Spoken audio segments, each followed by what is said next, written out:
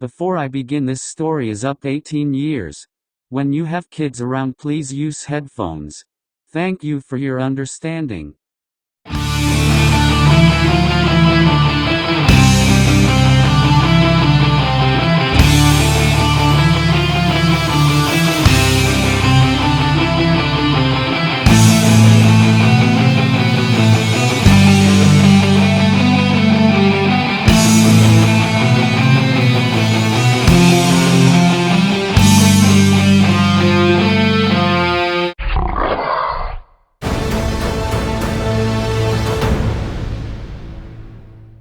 It is midday and Ralph Saller reaches Bourne.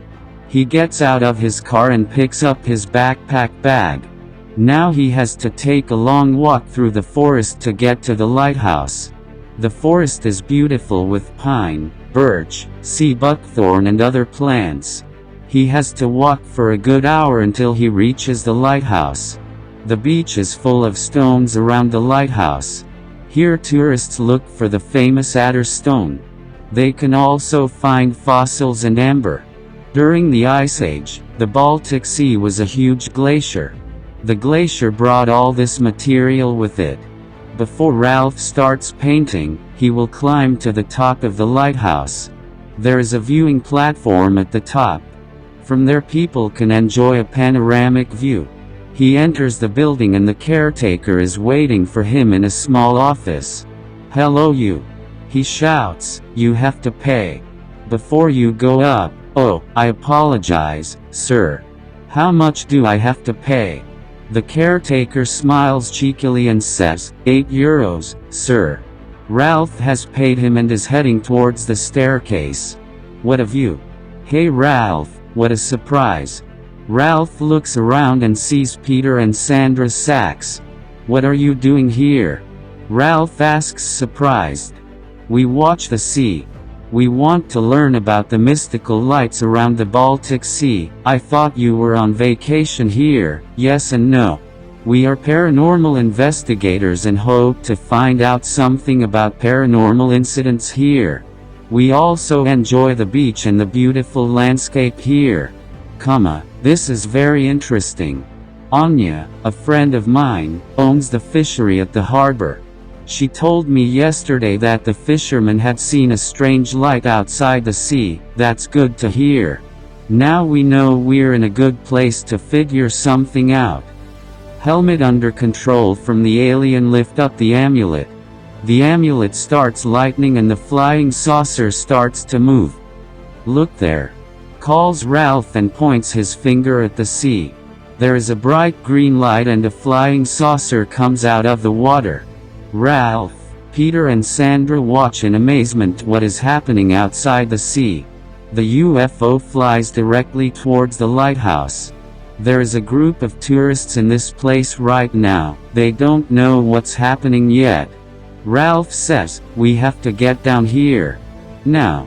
Peter, Ralph and Sandra walk down from the lighthouse to the courtyard. They look up into the sky and see the flying saucer right above the lighthouse. A laser beam emitted from the UFO hits the lighthouse. The lighthouse disappears and the tourists scream loudly and start running away. The flying saucer lands. The fishermen and Anya, who are under the control of the aliens, come out. They follow the tourists. Ralph sees the caretaker running into the forest. Anya catches him. He tries to escape, but the alien inside her gives her supernatural powers. She picks him up and carries him to the UFO. Ralph, Peter and Sandra see that the other fishermen also catch a few tourists and carry them to the flying saucer. Ralph doesn't notice that Helmut Lang is behind him. He now hears his voice, "Humans, you cannot run away from us. You will be our next slaves for our invasion." With these words he grabs Ralph and holds him tight. Ralph tries to break free, manages to do so, turns around and punches the creature in the face.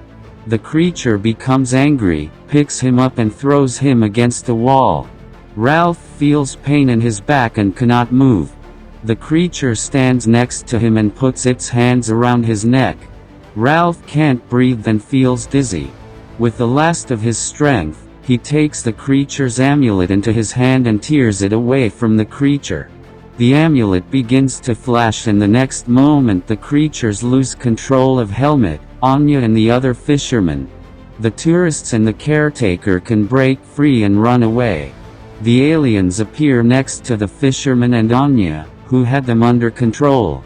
Ralph, Peter and Sandra see the octopus aliens standing disoriented next to the unconscious bodies of the fishermen. Ralph lifts the glowing amulet and the creatures run to the saucer. Ralph watches these creatures fleeing on 4 tentacles and 4 arms with that ugly cone head. The creatures run into the UFO. This UFO moves upwards and disappears within a second. Peter and Sandra stand next to Ralph in shock. Sandra and Peter recover from the shock. Peter says, "This is our first encounter, we have never seen anything like this before. We have to help the people here." Ralph, Peter and Sandra run to the unconscious fishermen and Anya. They shake them gently and feel that they are still alive. After a few minutes they wake up. Ralph is with Anya to help her.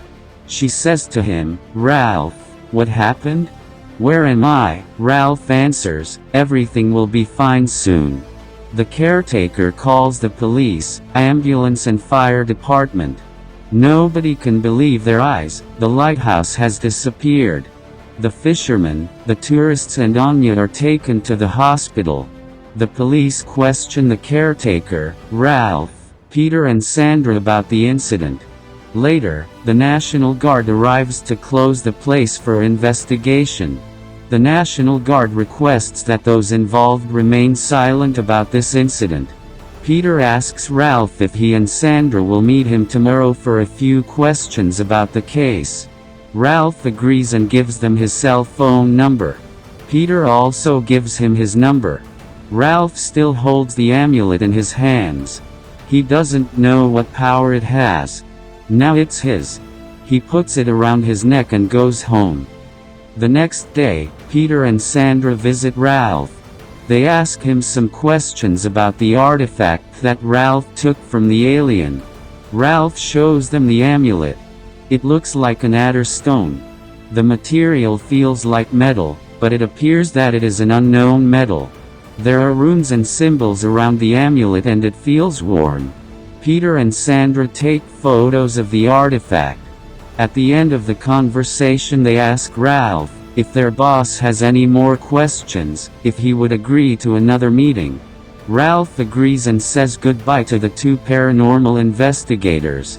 The aliens did not appear in the Baltic Sea again, and the mystical lights were no longer observed.